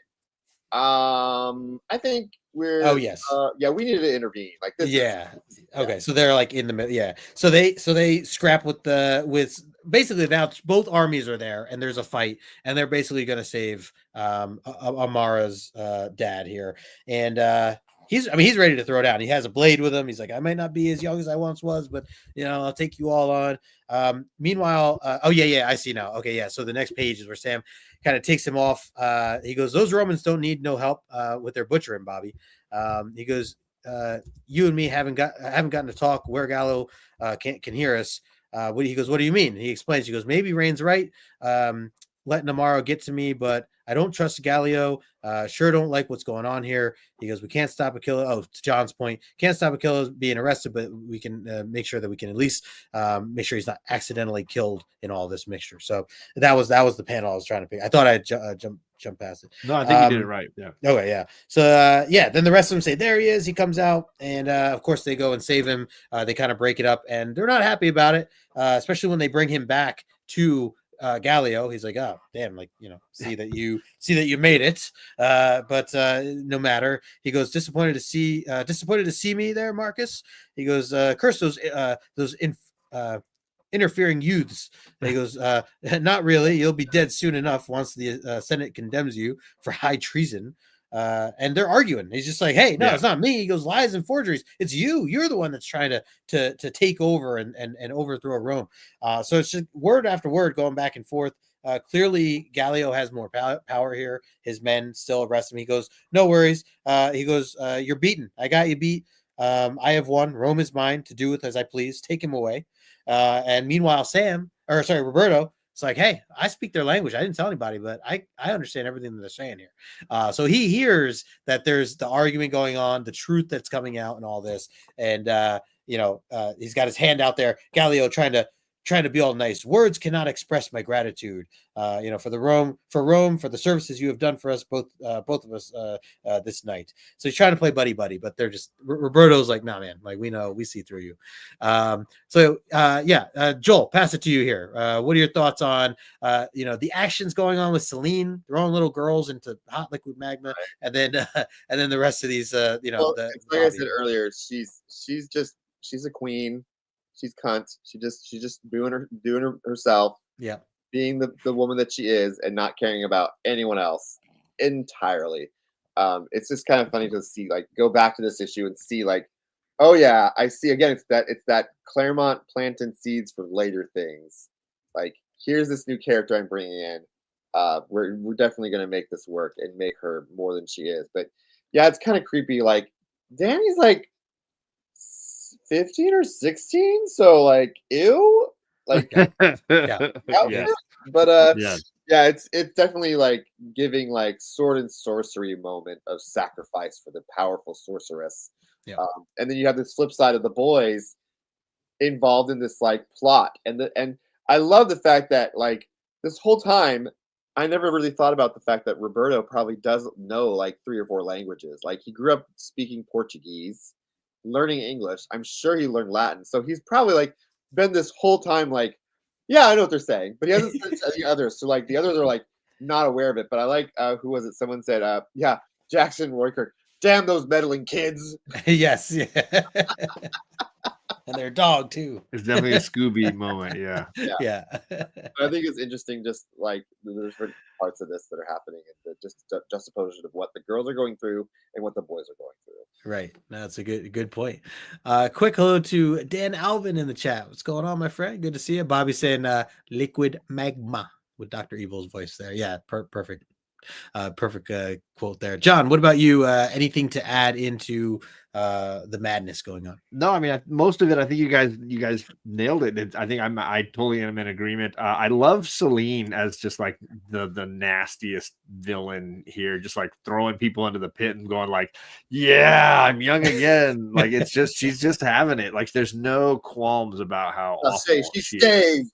Yeah. Yeah. And then she's like, who's next? And they're left like, rock, paper, scissors. Yeah, like you. They look like they're like hiding in a corner. Like, 2 out of 3. 2 out of 3. Yeah. 2 out of 3. Yeah, and then Roberto putting the Latin in Latin America, man. He's got apparently quite an educational background. Yeah, that's true. Yeah, it is odd that he didn't say anything. That just naturally comes up in conversation. Yo, I speak Latin, ladies. Does that get you going? Right. All right, well, let's wrap this issue up here. We got a lot of fireworks here at the end. A lot of fire.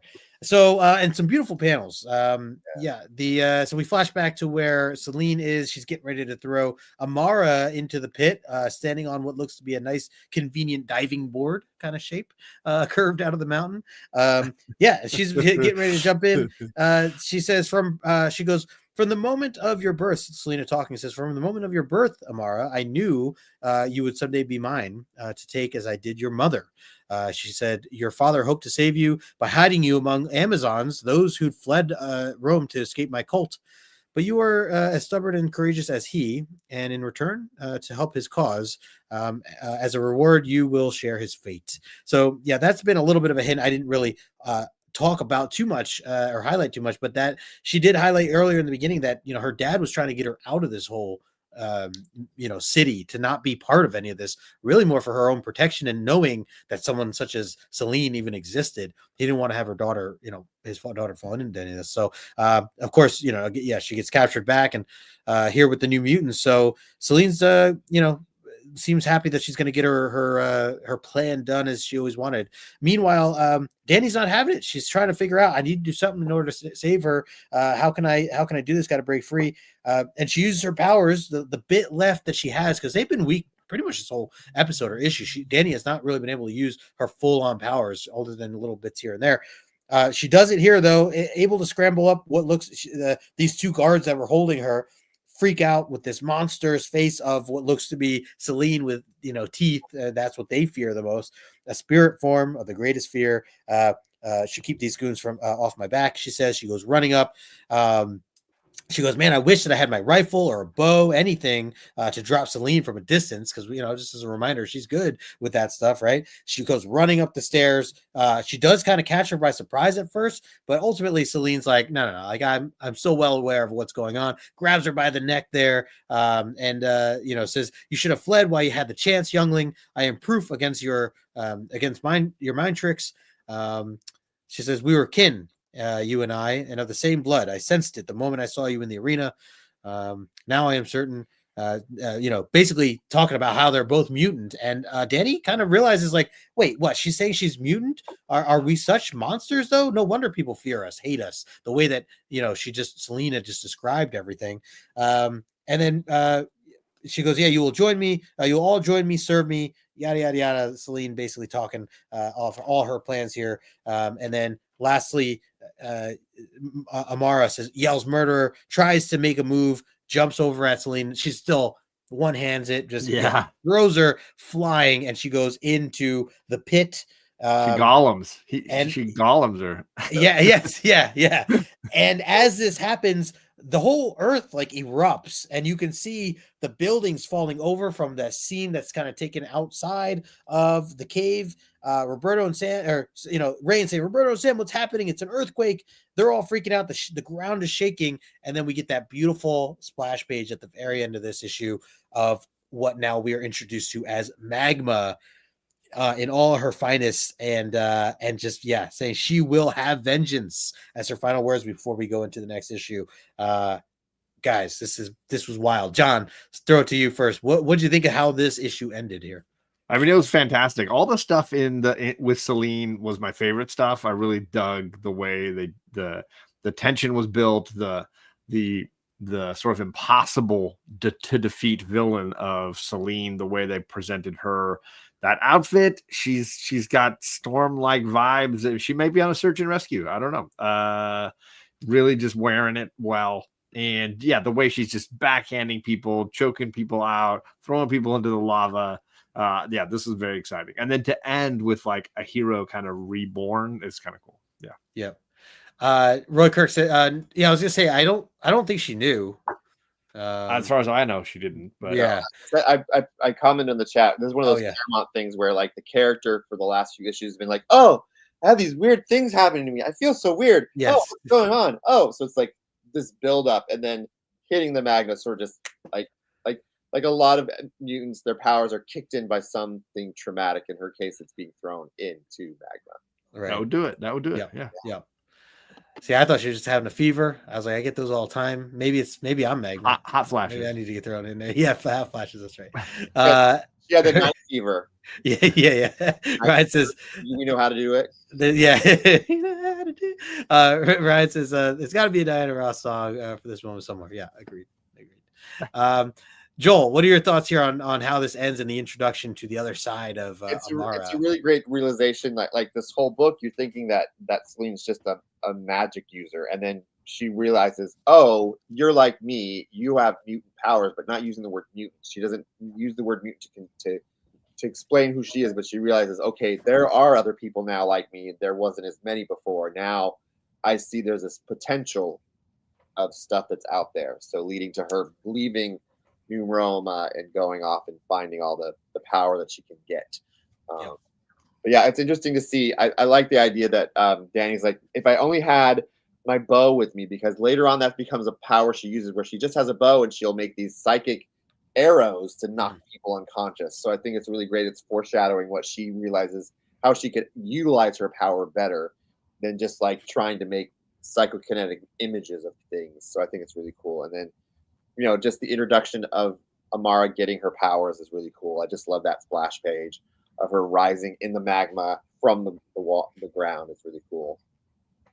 Yep, absolutely agree. Yeah, I think the artwork here is some of my favorite stuff.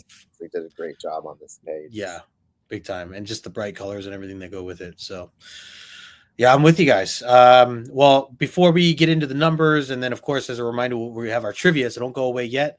I want to get your guys' final thoughts and grades on these two issues. So, John, I'll start with you. You know, coming off of those other kind of rough reads, has this gotten any better in your opinion? And what are your grades for these issues? I mean, way better for sure. Yeah. And I struggle to pick which one I like better. They both have the spots where maybe they drag a little bit, or there's maybe too much going on, but they're very entertaining. I think overall, I'm going to give these 9.0. These are really just entertaining, fun reads. I like, as cheesy as the like, let's throw them in the Roman ages and make them gladiators concept is, its execution is really strong. And that's what made these really enjoyable. And yes, Al Buscema crushing the artwork, really doing well. Yep. Love it. And reminder, anybody in the chat, feel free to put your grades down below. Curious what you guys all think. Joel, what about you? What are your final thoughts on these issues, and how would you grade these two issues? I think these are really great issues because we're introducing two characters who have so much to offer the comic books in the future, and they're seen a lot more, especially just in the Krakoa era. Like, there's one issue in the Krakoa era where Selene just goes all out. It's crazy, mad crazy. It's really great. You'll have to look for it and we'll have to read it. A thing that I forgot to mention earlier with this issue, when I was opened the page, the first page where that's a picture of them in that parade, when you look at the top line where it shows the people who created the book, it has a consultant name there. And as I was reading the book, I got to that and I did a deep dive, and if you guys want to look up Diana Schutz's prolific career outside of Marvel, so you look that up. So that made this book even more cool to me. But the fact that we get these two characters that are introduced and Magma gaining her powers, because I think Magma's a cool character too. So I give it a 10. I give him a 10. Yes, love it. I'm actually well said. By the way, I saw Bobby's numbers here, and I'm very shocked because I was wondering if I was gonna be the only one to go any higher than where John had put it, and usually Bobby's up there. I love, Joel, that you gave these 10s.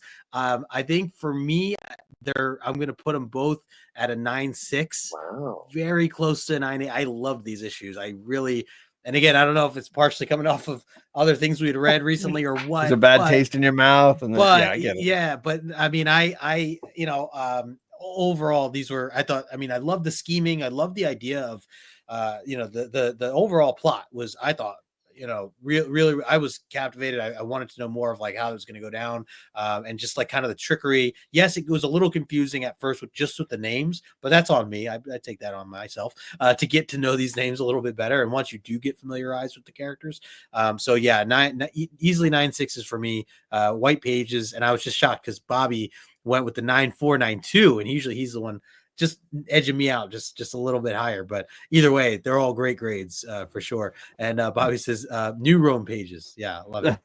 love it. Roy Kirk says he's given a 9.2 for the first issue and a 9.6 for the second. Yep, I'm with you there. Yeah. And Joel, good points too of just the introductions of some of these characters, right? I mean, very new to me. Very, yeah. So and any guest who comes on the show and can reference Simon and Simon is welcome back anytime for me.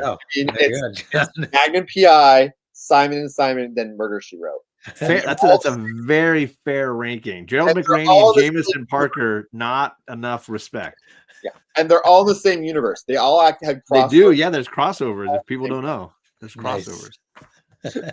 And right now, Justin's like, I don't know what those shows are. Yeah, I don't know. Is this new show? Going Is this, what streaming service are they on?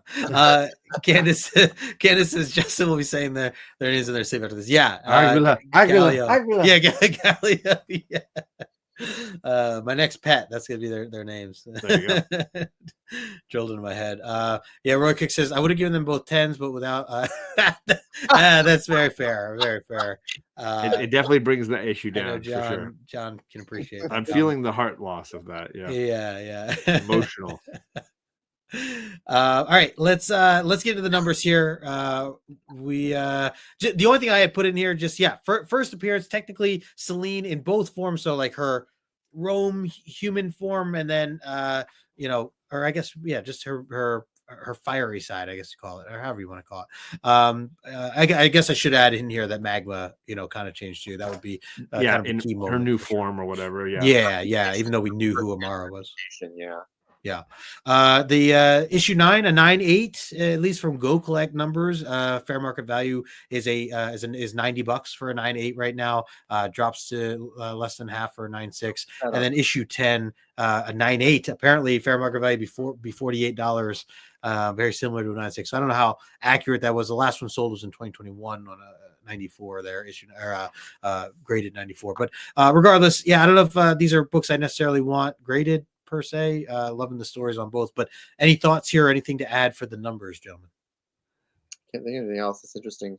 Yeah, I mean I don't know that I'd want these issues slabbed, but I get it. If you were a big Celine fan or a big Magma fan, maybe there's some reason. I just don't think I'd want that cover, like just in a plastic, I want some of the interior art. There was comments in the chat, I think even from Cali Comics, I think maybe saying some of the interior splash pages would have made better covers in a couple of cases, True. Yeah. True. Yeah, good point. Yeah, that was another thing that did it for me too, was just the artwork through and through was fantastic. Thankfully, that last splash page of Magma is more or less the cover we're going to get for the next issue, which that is what we needed. Okay. That's what we should have. That's what's coming up. That's this one right here for anybody. I didn't turn the page yet, but sorry. Good. Yeah. Oh yeah, nice. Yep. Yeah. So we're going right back where we left off. Dang, I have to see if I can find that one. There you go. Slowly collecting these, by the way. Bobby says he has a issue 9 in Spanish. That's pretty Ooh, cool. I'll admit I would have a hard time reading it, Bobby, but that's cool. All right, let's close out of this and get into the questions here. And how do I? Oh yeah, try this new feature here. Okay. We got 4 questions of the night from each of us, and we're looking for 2 correct answers. So if you don't know how this trivia works, remember, if you get we're going to ask these questions based on last issues that we broke down. And if you get them right, you get your name on the board. Your name will be in a raffle for winning a bunch of prizes at the end, including a really cool commission piece from our buddy Geek Out with Rosko. Definitely check out his channel and his page if you haven't already. I put his information down below. We have 4 questions. If you don't know the correct answer, either try to copy someone else, because we are looking for 2 correct answers. If you see someone else who you think might be right, copy and paste, or you can try to make Joel laugh and give us a wrong answer, something that's sarcastic or just incorrect altogether that you think Joel might like or laugh at most, and Joel will be the one to choose which is the funniest answer of each question. So, John, I will pass it to you first to kick off the questions. We had a Storm cameo last week around, and my question is, I made the comment she was not dressed for search and rescue. What was she dressed for? I know what funny answer I would put. There's a lot of ways to take this, a lot of roads to go down there, and I sent Justin 2 what I thought would be reasonable, correct responses. Yes. But what was she dressed for? I sent, I think, 3. Yeah. Let me pull up your text here. She was not dressed though for search and rescue. Matt, thanks for dropping the line there. Roy Kirk, credit to Roy you. Kirk. Yep. Begrudgingly saying thank you, knowing like don't steal my job. Does it? Yeah. I'm watching for you. Let me see here. Oh yeah, that's right. Okay. Candace. Candace with what I think is Magic Lasso also. The first two So, comedy answers. Dress to Kill. Dress to Kill, and the Hellfire Gala. Yeah. I mean, accurate. But I'll give it to Lasso and Clemson, or Matt and Clemson. I had written down a fancy dinner party. So I think either one of those would kind of work. I also wrote a fashion runway. She could be dressed for that. And an evening with me. Like nobody said that, but I'm saying like all of those were acceptable answers. America's Next Top Model, Project Runway. There you go. Yep. So a guest host on RuPaul's Drag Race. Ooh, very good pick.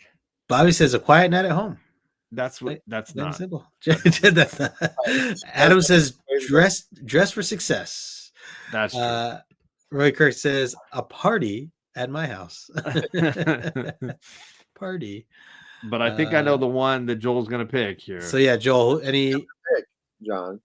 Candace, the Hellfire Gala. No, I'm picking Magic Lasso. She's all dressed up and ready to fall in love. Oh, I like it is. Oh yeah, I missed that one. There you go. And Tomlin Comics has left the chat, and as a result, Magic Lasso taking the lead tonight. Just so you know. Be ready. Or more product. All right.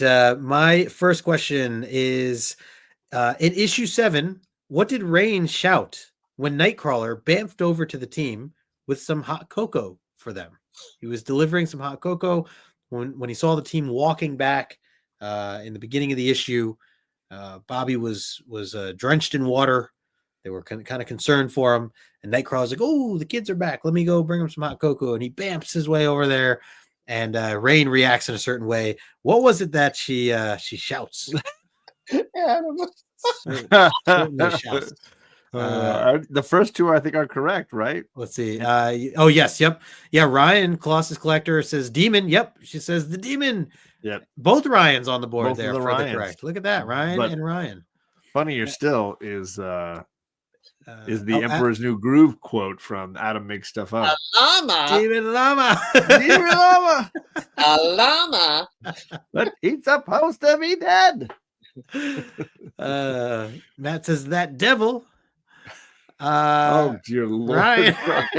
Ryan. Naughty. The child.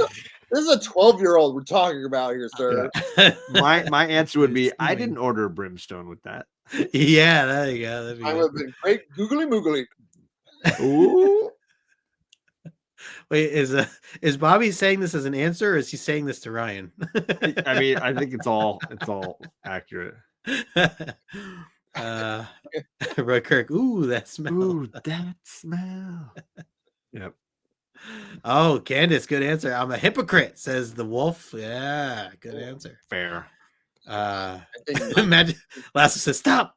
In the name of love. Oh my goodness. Oh, that's funny. I like Colossus Collectors. What the haggis? What the heck? Is from Scotland. All right, so we're giving it to Colossus then. All right. We're going to Colossus. Nice. Double right. whammy for Ryan there. A lot of Ryan victories there on that one. That's nicely done. For sure. All right, go ahead, John. All right, my last question is obviously that first issue that we read last week, dealing with the death of Shan and some of the emotional impact of that. Roberto's mom has a solution for all of their team's sadness. What's her solution to heal these deep grieving wounds? Moms know best, right? They know their kids. Certainly the first thing that comes to mind for me, you know. I mean, yeah. Whenever I know of anybody, there it is.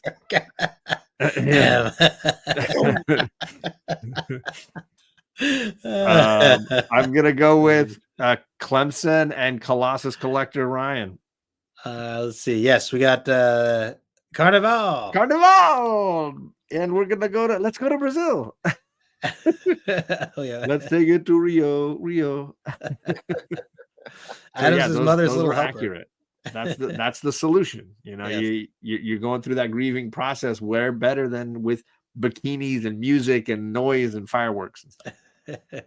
Ryan, head back to her to the Amazon River. Yeah. Candace says Rio. Yeah. All would have been true. Take a Yep. trip, yeah. Sure, yep. Don't drink too much of the wine. Yeah. Wait. Too late. Bobby. Where's that your elders? That's a great. That might be an answer next week, although it's mind your elders, right? Yeah. Yeah. Mind your elders. Let's see. Do the hokey pokey and turn yourself about. That's what it's all about. That's a solution. I like that one. A spoonful of sugar. All right. Lasso.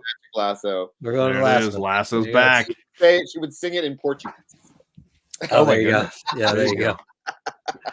All right. Maria Poppins. Final question. I think this is a great layup.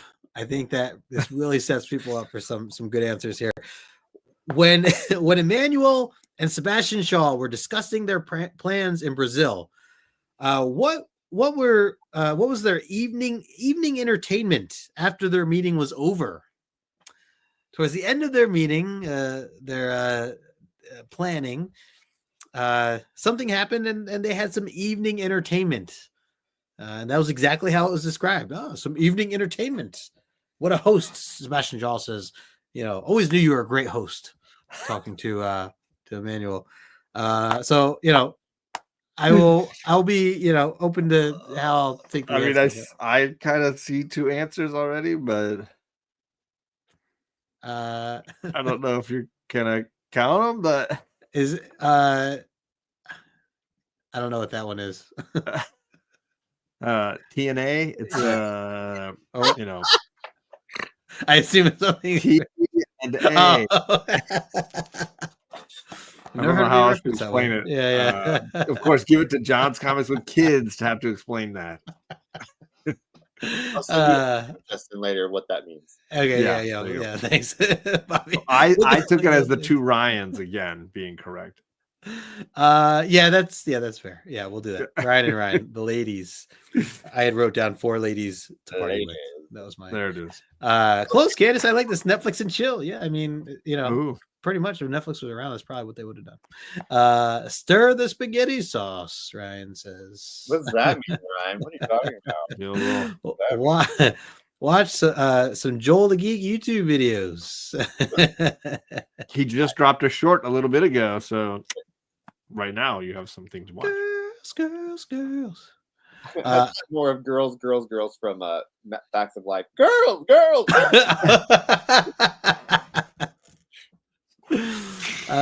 Way better. A game of Twister. Yeah. To make a Wolverine sandwich. Whoa. Yeah. Oh my, that's I don't know what that means. Sure.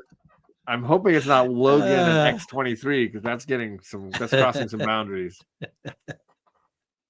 Driving around, throwing water balloons at pedestrians.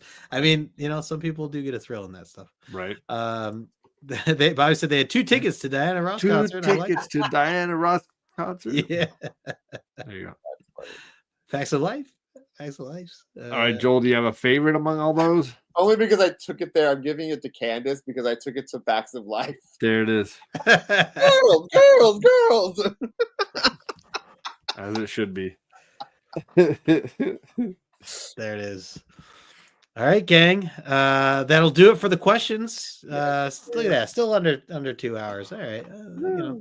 Not quite my improvement, but I'm getting there. Want to thank Joel the Geek for joining us. Joel, thank you so much for your time and being on the show with us and for always tuning in and being part of the show. Even in the chat, we really appreciate you. And, keep up the great work with the content and doing your thing, my friend. Yeah, thanks. Absolutely. And if you guys are not following Joel, please do so. I put his information in the description below. And a reminder, we'll be over on John's channel next week. So make sure you're subbed up to John. His info is down below as well. Quick hello to my man, Mark. What's going on, man? Just wrapping up the show now, but thanks for popping in here. Appreciate the love, everybody. And if we don't talk to you, everybody have a great, happy Thanksgiving if you celebrate. And we'll see you next Tuesday. So until next time, have a great weekend. Peace. Bye.